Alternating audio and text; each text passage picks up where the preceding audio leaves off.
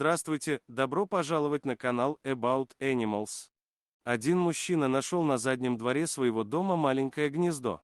Заглянув в него, он обнаружил два крошечных яйца. Мужчина подумал, что же за птица вылупится из такого маленького яйца? А еще он подумал, что можно попытаться спасти жизнь. Что у него получилось, читайте в статье. Каждую жизнь стоит спасать, даже если она исходит из самого маленького яйца, которое вы когда-либо видели.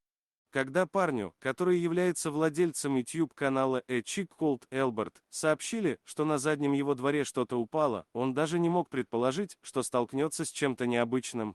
Он нашел два чрезвычайно маленьких яйца в гнезде.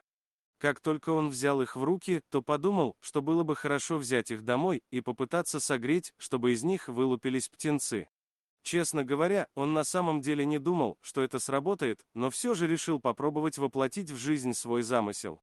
Итак, мужчина инкубировал найденные яйца и начал их довольно часто проверять. Он задавался вопросом, если случайно птица вылупится, как он будет о ней заботиться. Он смотрел на яйца и понимал, что птицы будут тоже очень маленькими.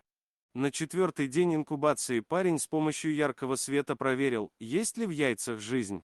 Он был ошеломлен, когда увидел в одном из них крохотный зародыш.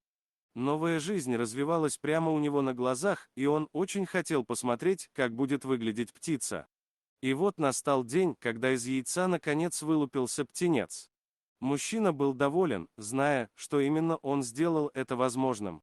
Сначала парень был полностью смущен и не знал, как и чем кормить этого малыша, появившегося на свет. Но потом он начал думать, как ему быть. Он впервые в своей жизни сказал себе слава Богу, что у роз есть тля.